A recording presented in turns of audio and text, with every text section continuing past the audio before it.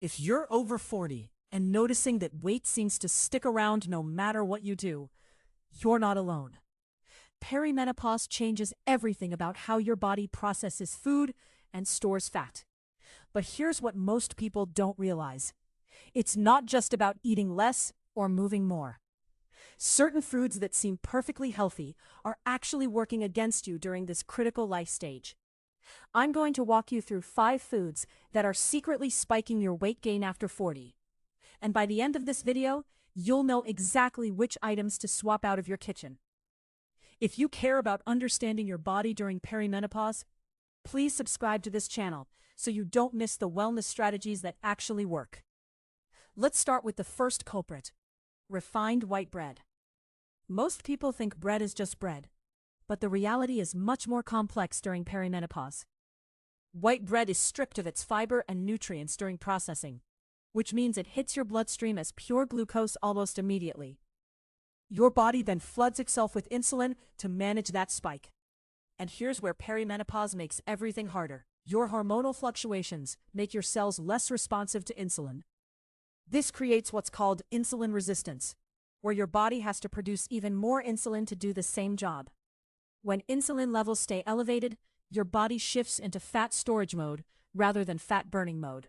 This is especially problematic around your midsection, where perimenopause naturally encourages fat accumulation due to declining estrogen levels. White bread also lacks the satiety that whole grains provide, so you end up eating more calories overall without feeling satisfied. If you've been reaching for whole wheat bread thinking you're safe, you might want to check the label. Many commercial whole wheat breads still contain refined flour as the primary ingredient, plus added sugars that compound the problem. The second sneaky culprit is flavored yogurt, particularly those colorful containers marketed as healthy breakfast options. Yogurt can be genuinely nutritious, but most commercial varieties contain as much sugar as a dessert. A single serving of flavored yogurt can contain 12 to 25 grams of sugar, which is more than half your daily recommended intake. During perimenopause, your body's ability to regulate blood sugar becomes increasingly compromised. That sugar rush triggers insulin spikes just like white bread does, with all the same fat storage consequences. What makes this particularly deceptive is that yogurt is positioned as a health food, so you might eat 2 or 3 servings without realizing you've consumed more sugar than you'd get from ice cream. The added sugars in flavored yogurt also feed the bad bacteria in your gut microbiome, which has been shown to influence weight gain and hormonal balance during menopause. Your gut bacteria actually produce estrogen metabolites, and when that balance is disrupted, it can worsen perimenopause symptoms and increase weight gain. Even Greek yogurt, which has better protein content, often comes pre-sweetened with added sugars that you don't need.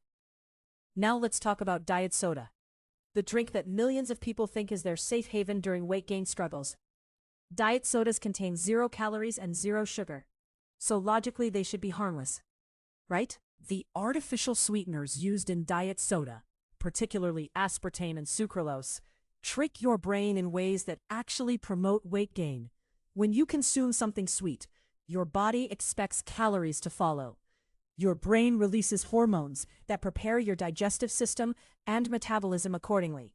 But with diet soda, those calories never arrive, creating a mismatch between what your brain expects and what your body receives. This confusion can actually increase your appetite and cravings for real sugar throughout the day. Artificial sweeteners have also been shown to alter your gut microbiome in ways that promote insulin resistance and metabolic dysfunction. During perimenopause, when your metabolic rate is already declining by up to 5% per decade after 40, the last thing you need is a beverage actively working against your body's ability to regulate blood sugar and manage weight.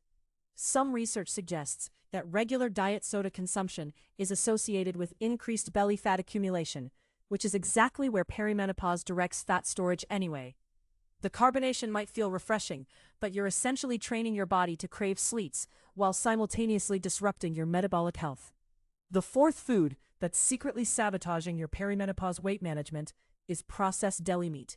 Turkey breast, ham, and other deli meats seem like lean protein options that should support weight loss or maintenance. The protein content is legitimately good, But what lurks in these products is problematic. Processed deli meats contain high levels of sodium, preservatives like nitrates, and often hidden sugars added during processing. The sodium content is particularly concerning during perimenopause because hormonal fluctuations increase water retention, and excess sodium exacerbates this issue. You might gain 2 to 4 pounds of water weight just from eating processed meats, which can be incredibly demoralizing when you're trying to manage your weight. Beyond water retention, the nitrates in processed meats have been shown to negatively affect vascular function and increase inflammation throughout your body. Inflammation is a major driver of weight gain during perimenopause because it interferes with hormonal signaling and metabolism. The additives in deli meats can also disrupt your gut bacteria, contributing to that same microbiome imbalance we mentioned with yogurt. If you're eating deli meat sandwiches on white bread with diet soda, you're essentially creating a perfect storm of ingredients designed to spike your weight gain during perimenopause. Even if the individual components seem fine in isolation, together they're working against every hormonal and metabolic advantage you have left. The fifth and final culprit is vegetable oils, particularly those used in cooking and found in processed foods. Oils like soybean, canola, and corn oil are high in omega-6 polyunsaturated fats, which promote inflammation when consumed in the excessive quantities typical in modern diets.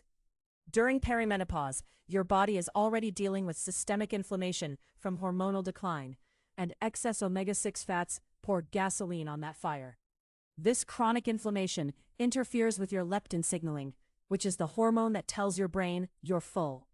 When leptin signaling is disrupted, you end up eating more without realizing it.